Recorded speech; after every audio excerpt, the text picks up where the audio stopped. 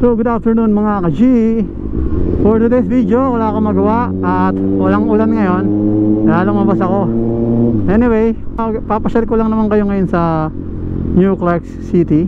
Bali pupuntahan natin kasi may bagong tulay na gawa, no? Ngayon pwede na siyang daanan. So from here sa Mabalacat, dito sa perimeter, kakaliwa lang tayo, tapos may roundabout, and dito na, papasok na tayo sa CDC.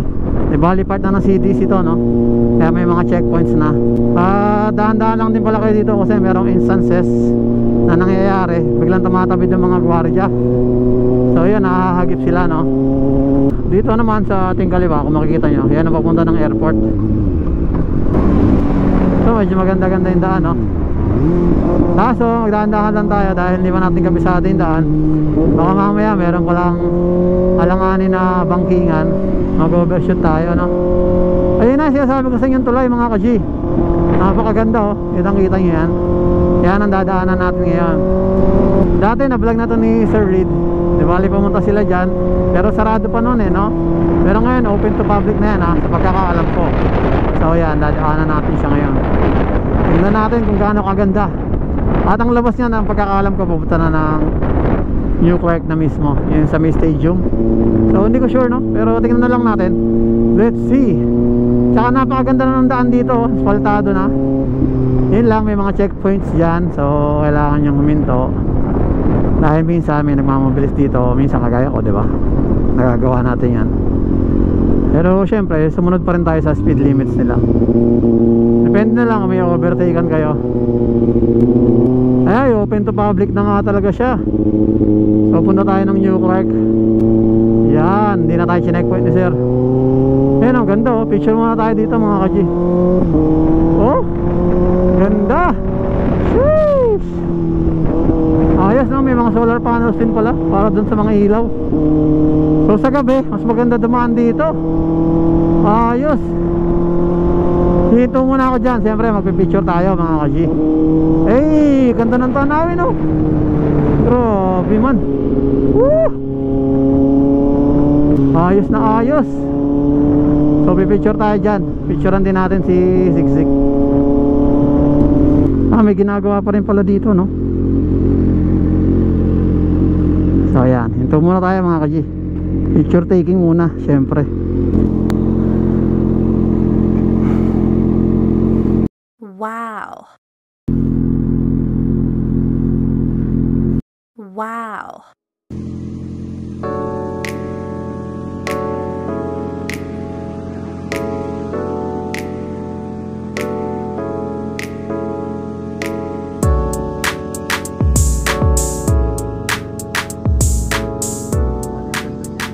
Ganda dito, no? Yan ang mga palayan nyo. At makikita nyo, under construction pa siya, pero pinapadaanan na siya. Kagaya na ito, pipinturahan pa yan for sure. Ayun, semento pa, oh. Naka ano pa lang, kwalitada. So tara, tuloy tayo mga ka-G.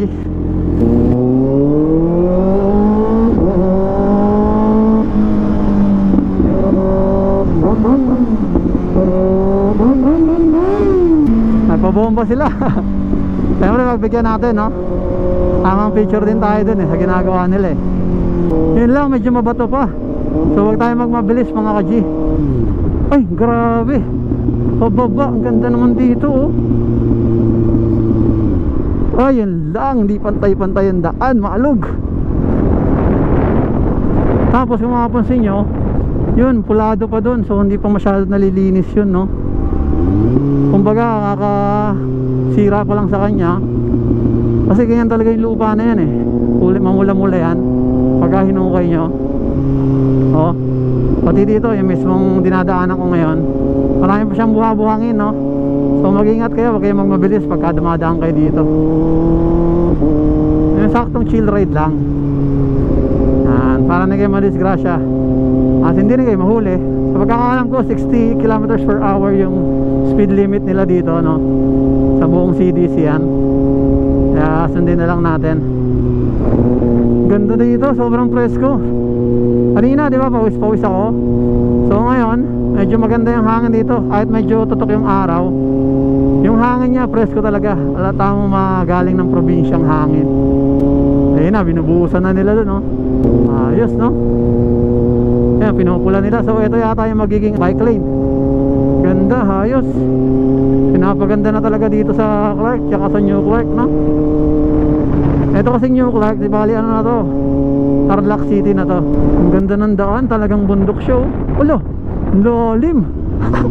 Hindi naman pala. Sa una lang wala, unang tingin. Ang ganda mga ka-G, grabe.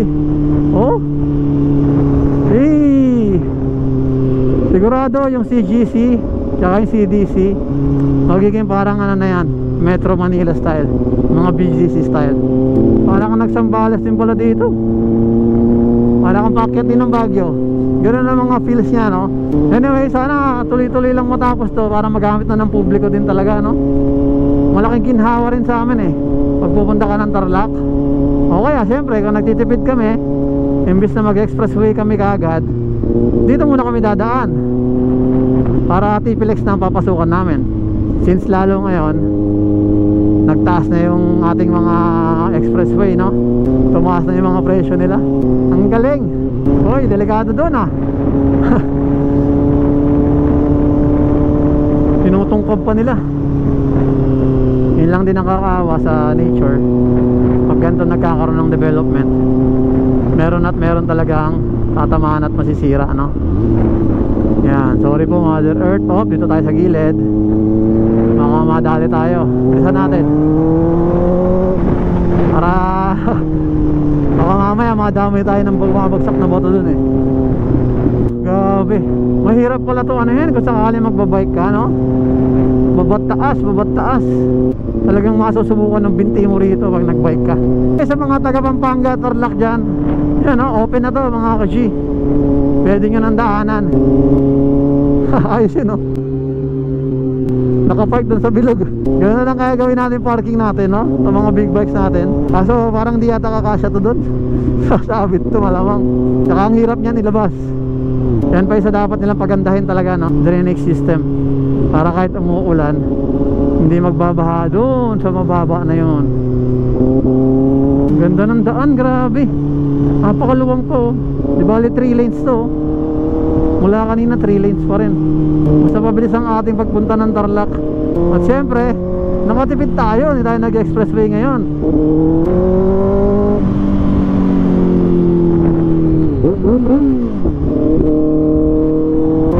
Bomba! Hey! Medyo gawa-gawa na dito. So makikita nyo may mga halaman na rin. Nagla-landscape na sila. Ayos, ang ganda dito sa daan na to. Tsaka ito, medyo pakatag tong daan na to. Hindi ka masyado ramdam yung alog. Compared dun sa una natin, medyo maalog talaga dun eh. Uneven pa yung lupa dun.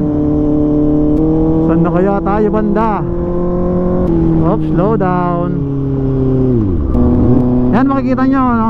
May mga pedestrian lane. So for sure, residential house dito o kaya village. Parang ganun siguro ang gagawin dito. Sure ball yan. Kaya dinedevelop. Ganda rin bumili dito, no, mga ka-G. Maganda talagang investment ang lupa, no? Tumataas kasi siya eh. Hindi siya nagde-depreciate kagaya ng mga to, kagaya ng mga sasakyan, motor, mga gadgets. But na, ni-rides talaga namin ng kuya ko to bago siya umalis. Sayang, no? Libre dito. Magagamit niya dito talaga to sa sigsik. Mas mapapractice siya. Woo! Shoutout kay Brian. Ingat ka dyan sa parko, I love you. Rides tayo soon pag uwi mo. Straight ahead to New Clark City. Oh, yan pala yung ano mangyayari sa kanya, oh. Grabe, puro buildings, no? Pasok tayo. Logbook. Yes sir, thank you. So yan na, magla-logbook tayo mga ka-G. Parang dati pa rin. Sir, good afternoon po. Lag na naman. Anong oras na ba? Teka. Sir, oras pwede po? 209. 209. Thank you sir. Po, meron sir. Sige po, bigyan ko kayo. Ingat po kayo sir. Opo, thank you rin sir. Teka. Yan. Sir, oh. Dalawa. Tagalawan na kayo, oh, sir. Salamat po sir. Opo sir, thank you. Sige sir, thank you po. Building na to, pagkakatanda ko.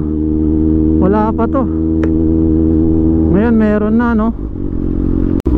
So yan mga kaji, marami na rin nadagdag. Dati na ba nandito to? Hindi ko sigurado kung dati nang nandito to, no? Ito yan, dati na yan eh. So syempre pupunta ako dyan. I-picture tayo dyan. Picture lang natin si Zigzig dito. Yan. Yun, no? Ganda na rin dito. So yan, mga kondo-kondo, no, na pwede nyo rentahan. Lalo na pag may mga events, napakarami nagre-renta dyan. Tara, mainit na mga kaji. So pinaparentahan pa rin nila yan. At wala naman na makikita dito, no. Ito yung Athletes Village. Okay, yan pala yun. So ikot na tayo mga kaji. Ito yung hirap sa akin eh. Hirap niya talaga mag-turn, no. Dati dyan yung Boss Ironman nag-take off. Meron yan sa vlog ko, makikita nyo. Yan, nalagay ko yung link dito para makita nyo yung vlog na yun. Pero hindi naman ako sumama sa Boss Ironman dahil hindi pa natin kaya at wala pa akong pera. May kainan kaya dun? 27 store. Sige, puntahan natin mga kaji. May parking naman siguro dun eh, no? Okay, tingnan natin. Hindi naman pala ganun kahirap yung parkingan, no? At pwede naman pala mag-park doon. So doon ko na ipapark para medyo malilim ng konti. Yun lang, pahirapan na naman tayo sa pag-atras. So yan, pwede tayo mag-park dito from the stadium na makikita nyo dyan. Tara, puntahan natin.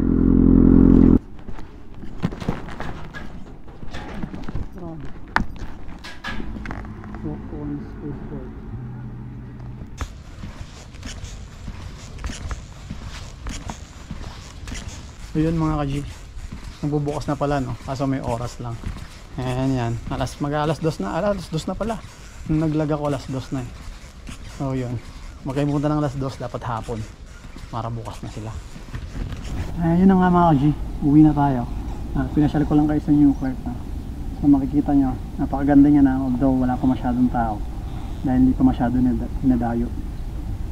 Hirap na tayo, uwian na. Doon na lang tayo ulit dumaan para chill lang. Tara mga kaji, let's go. So yan mga kaji, naka-gear up na ulit tayo. At paalam na muna sa New Clark na. Hindi rin tayo pwede mag-ingay dito dahil sobrang tahimik talaga. Napakalayo na nga naman nagsasakar pero naririnig ko pa rin. Lalo na siguro to pag humayaw na si Siksik. Tara. Thank you, dakal pong salamat. Tatanong ko ngayon kung saan ang papunta ng, parang dito kakaliwa ulit ako. Tanong ko na lang kala sir, no. Meron naman din kasi mga gwardiya dito na pwede nyo pagtanungan, no. Ayan, ang tanong natin kay sir. Sir, good afternoon. Saan po yung papuntang sir? Mabalacat ulit. Diretso po? Po? Sa CDC? Sa airport, Clark Airport po? Ito po sir? Diretso ko lang po. Pakabila. Okay sir, thank you po.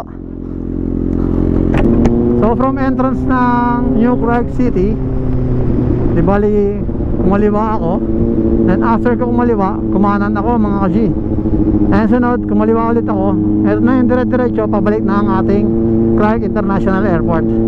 So pagkakalam ko, no, sa pagkakatanda ko, ito rin yan, tama yung tinuro sa akin ni Manong.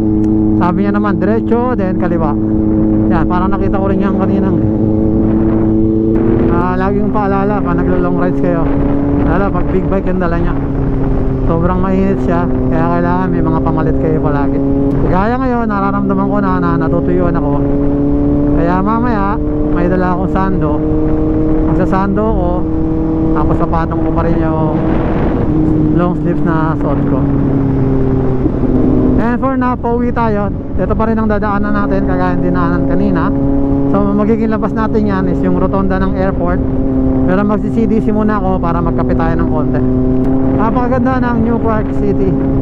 Pero yun nga, as of now wala pa masyadong tao. Pero pag napuno na ng mga tao yan, kagaya ng buildings din na plano nila, magiging parang na rin siya BGC, no? Which is good. para yung mga Tarlakenyo na lumulubos ng Manila para magtrabaho, mag-stay na lang din dyan. At yung amin, yung napapansin nyo, yung Petron sa may CGC, lagi namin napagtatambayan yon. Yan, isa rin yan na magiging parang BGC na rin yun. Dadami yung mga buildings dyan in time. At medyo matanda na ako nun, baka hirap na ako mag sports bike. Ito na naman dinaanan natin kanina pababa, no? So kung nature lover ka, talagang may enjoy mo yung ganitong mga scenery. Napakaganda niya. Ay, dito na sa uneven na semento. So yan, makapansin nyo, no? Sobrang maalog niya. Hindi rin naipantay dito, or naipantay ito noon, kaso napapasukan ng tubig, kaya nagkaganyan. Maaari, no? Maaari. Oh, may mansion pala dito. Yun, ang ganda nun, no? Ay, ayan na pala yung Goshen. Okay. So natandaan ko, yan, ito siguro yung Goshen, no? May daan na din pala dito. So malapit-lapit na rin lang pala. Talaga. Tama ba? Yan ba yung Goshen? Tama ba ako mga ka-G nang nakakaalam? Lalo yung mga taga-Bamban dyan. Napakabilis lang ng biyahe, no? Hindi ko pala ng orasan. Yun pala, sana pala ng orasan ko, no? Saan tayo, tol? Okay, amatras siya. Okay, very good.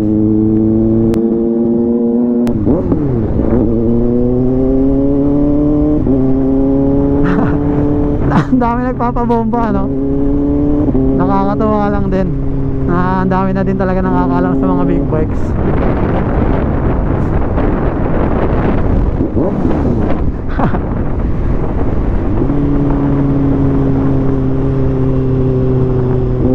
Ayan na yung ating pinagpicturean kanina na tulay. So napakalapit lang talaga. Ang ganda, grabe. Woo! Ano bang pangalan ng tulay na to mga kashi? Hindi ko alam no? Ano bang pangalan ng tulay na to?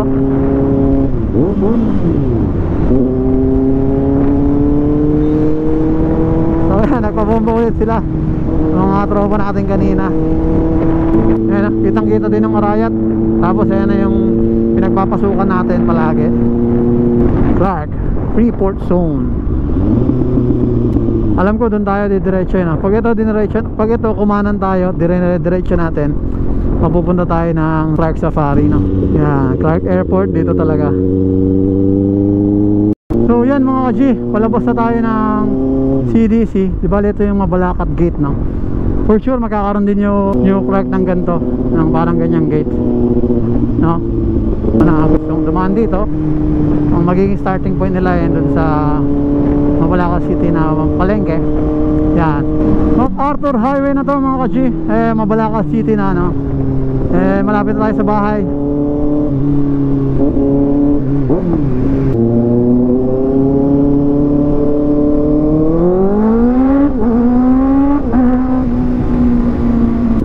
So yun mga ka-G, nakauwi na tayo ng bahay. May isa na namang rotonda, no?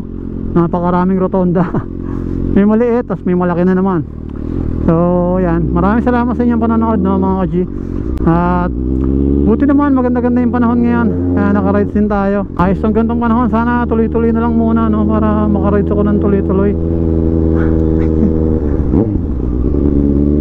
Anyway mga ka-G, hanggang dito na lang muna ang ating video. Maraming salamat sa inyong panonood. Salamat. Paalam!